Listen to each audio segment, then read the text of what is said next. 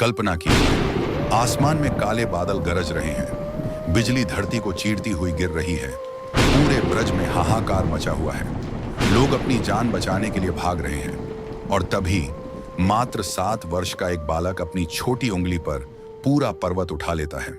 क्या सच में ऐसा हुआ था?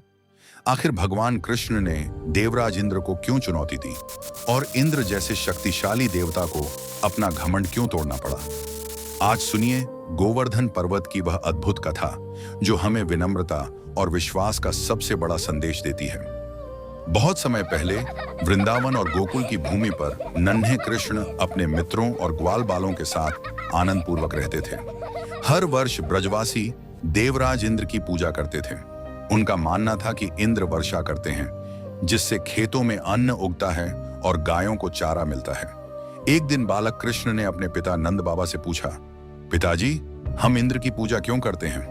नंद बाबा ने उत्तर दिया, पुत्र, इंद्र वर्षा के देवता हैं, उनकी कृपा से हमारा जीवन चलता है। कृष्ण मुस्कुराए और बोले, लेकिन पिताजी, हमारी गायों को भोजन तो गोवर्धन पर्वत देता है। हमारी नदियां, वन और चरागाह भी उसी की देन है। यदि हमें किसी का आभार मानना चाहिए तो वह गोवर्धन पर्वत है। कृष्ण की बात सभी ब्रजवासियों को उचित लगी। इस बार उन्होंने इंद्र पूजा छोड़कर गोवर्धन पर्वत की पूजा करने का निर्णय लिया। जब देवराज इंद्र को यह समाचार मिला तो उनका अहंकार जाग उठा। उन्होंने क्रोधित होकर कहा, इन साधारण मनुष्यों की इतनी हिम्मत, मेरी पूजा छोड़कर एक पर्वत की पूजा कर रहे हैं। इन्हें मेरे क्रोध का परिणाम भुगतना होगा। इंद्र ने अपने सबसे भयानक मेघों को आदेश दिया। कुछ ही क्षणों में ब्रज के ऊपर काले बादलों ने आकाश को ढक लिया। भीषण वर्षा शुरू हो गई, बिजलियां चमकने लगीं, तेज हवाएं चलने लगीं, नदियां उफान पर आ गईं, पूरा ब्रज जलमग्न होने लगा। लोग भयभीत होकर चिल्लाने लगे, कृष्ण, हमें बचाइए! गायें कांप रही थीं, बच्चे रो रहे थे और हर ओर विनाश का दृश्य था। तभी भगवान कृष्ण मुस्कुराए। उन्होंने सभी ब्रजवासियों से कहा, डरिए मत, मैं हूं ना। इतना कहकर कृष्ण गोवर्धन पर्वत के पास पहुंचे और फिर उन्होंने अपनी बाईं हाथ की कनिष्ठा उंगली पर पूरा गोवर्धन पर्वत उठा लिया। पूरा ब्रज आश्चर्य से भर गया। कृष्ण बोले, सभी लोग अपनी गायों सहित इस पर्वत के नीचे आ जाओ।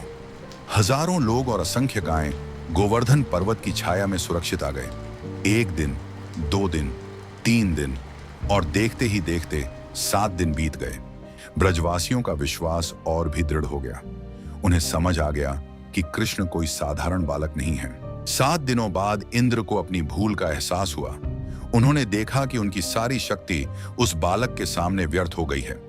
तभी उन्हें झांत हुआ कि यह कोई साधारण बालक नहीं, स्वयं भगवान विष्णु के अवतार श्री कृष्ण हैं। इंद्र तुरंत स्वर्ग से उतरकर वृंदावन पहुंचे। उन्होंने कृष्ण के चरणों में सिर झुका दिया और कहा, प्रभु, मेरे अहंकार ने मुझे अंधा बना दिया था, कृपया मुझे क्षमा करें। कृष्ण ने मुस्कुराकर कहा, शक्ति का अर्थ दूसरों को डराना नहीं बल्कि उनकी रक्षा करना है। जो अहंकार करता है उसका पतन निश्चित है।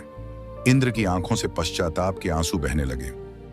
उस दिन से गोवर्धन पूजा की परंपरा शुरू हुई, जिसे आज भी लाखों भक्त श्रद्धा से मनाते हैं। यह कथा हमें सिखाती है कि चाहे शक्ति कितनी भी बड़ी क्यों ना हो, अहंकार के सामने नहीं, विनम्रता के सामने झुकना पड़ता है। और जब विश्वास भगवान पर हो तो सबसे बड़ा संकट भी एक पर्वत की छाया में छोटा पड़ जाता है।